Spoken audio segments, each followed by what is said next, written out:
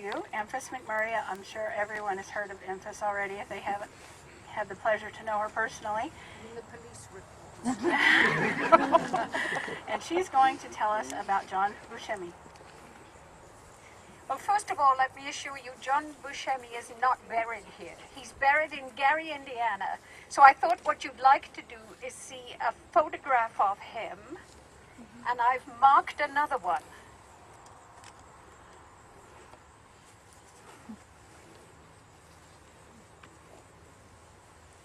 And if you think he's good looking, let me tell you, all his friends refused to introduce him to their girlfriends because the girlfriends all fell for John. Well, first let me tell you a little bit of background. You know I'm writing a book about Centerville. And what has made me fall in love with this town is that it is a microcosm of the whole of America. And the Buscemis are a perfect family to illustrate that. They came into America roughly around 1900, some of them 1904, some of them 1906. And they came here to work in the coal mines, and they came from a poverty-stricken little village in Sicily called Cala Sabetta.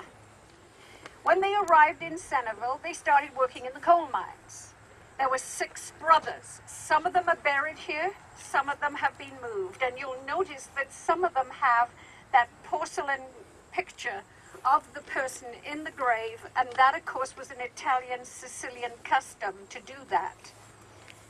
The Buscemis lived on South 21st Street, and the 6 of them decided they really didn't want to stay in coal mining, so they opened the Bluebird Cafe on 13th Street, which you know better as Midway. They opened that, and then in 1925, they shifted the Bluebird Cafe onto the south side of the square.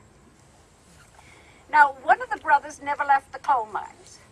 His name was Pietro, the Italian for Peter.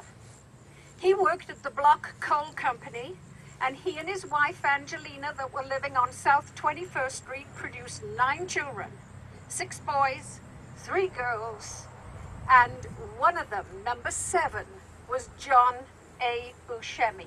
I'm showing you the picture on the back as well so that you can see roughly how he made a lot of his fame was his photographs during the Second World War.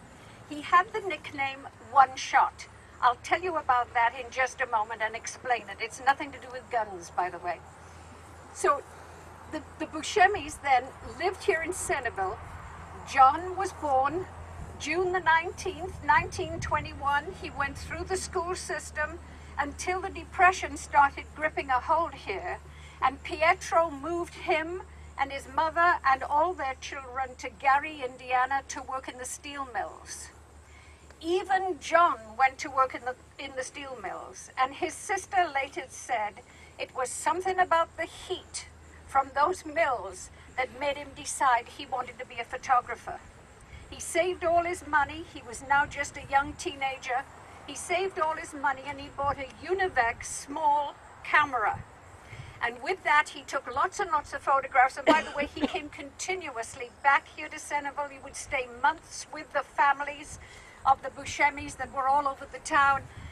And when his mother died at the age of 52 of cancer, her body was brought here from Gary, Indiana. But it's no longer here. And now they are moving some of the family back to the family area in Gary, Indiana. Well, when John became fascinated with photography and taking photographs of everybody, doing his own development in a closet in a family bedroom, the whole family knew that's what he wanted to do. The Gary Post-Tribune, the local big newspaper, heard about him and asked him to come and work as an apprentice photographer in the sports department. People described his work ethic, how busy he always was to do exactly right, and if he was having to photograph a race, other photographers would take the beginning and then move to the end. Not John. He'd be running the whole way with them, taking photographs of every obstacle they encountered. Now, on this tour today, you're going to meet 2 men who died in World War II. And John is going to have his whole life interrupted despite awards that were coming to him as a young man from the Indiana Associated Press and from the Inland Daily Press Association in Indiana. He was winning these awards, but of course the draft caught up with him. And in 1941 he was drafted. He was sent to Fort Bragg in North Carolina, and while there, the officers soon realized that he was a far greater advantage with his camera than he was with a gun, so they put him in the public relations department, and he led a very successful life there. He met some very interesting people, and one of his closest friends was a man by the name of Marion Hargrove. Marion Hargrove wrote a best-selling book, which is a kind of a light-hearted way as to what happens to soldiers when they join up. And the name of the book was See Here, Private Hargrove.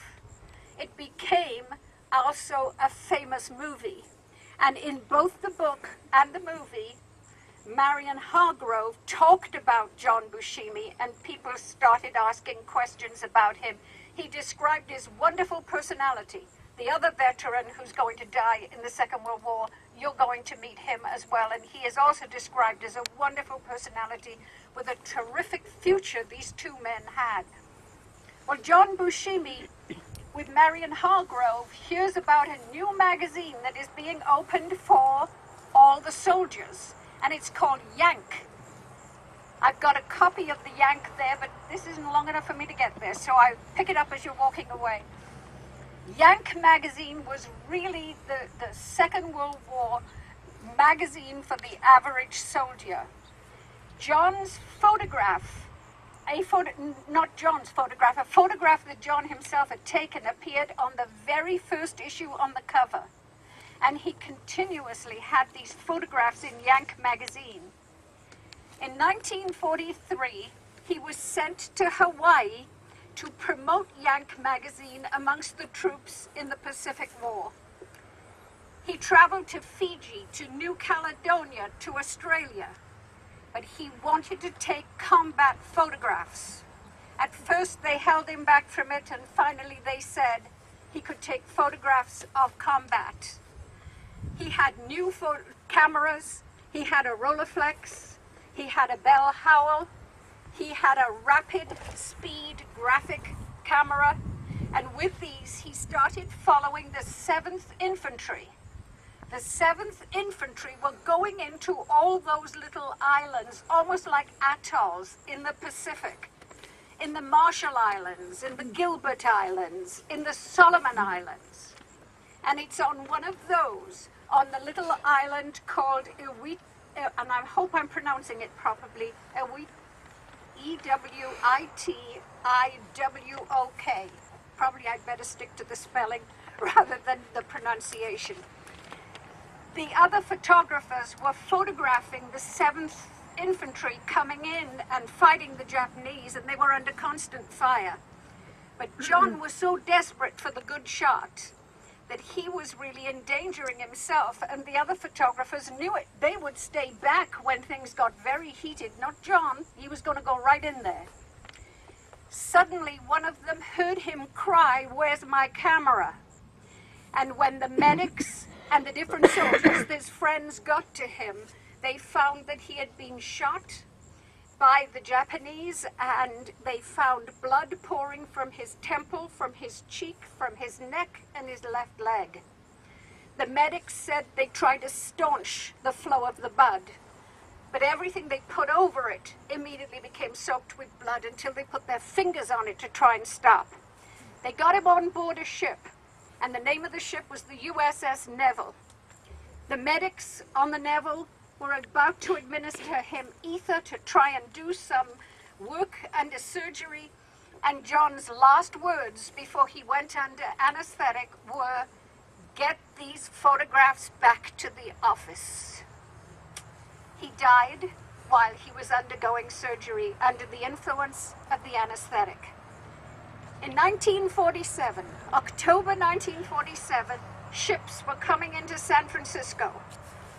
On each ship, roughly 3,000 remains, flag draped, of young Americans who had died in the Pacific War. And on the very first one, called Honda Knot was the name of the ship, one of them was John Buscemi. He was shipped to Gary, Indiana. He was put in state in the town of Indiana because everybody knew him in Gary. He lay in state at one of the local funeral homes with the whole town turning out to look at him. And then the next stage was a huge requiem mass in St. Mark's Church in Gary, Indiana, and Gary was placed, and John was placed inside Gary's Mount Mercy Cemetery. There are articles about John Buscemi in newspapers across the country and magazines repeatedly. Collections of his photographs exist in all of the top collections of photographs around the world. The end of this book is a collection of his best photographs.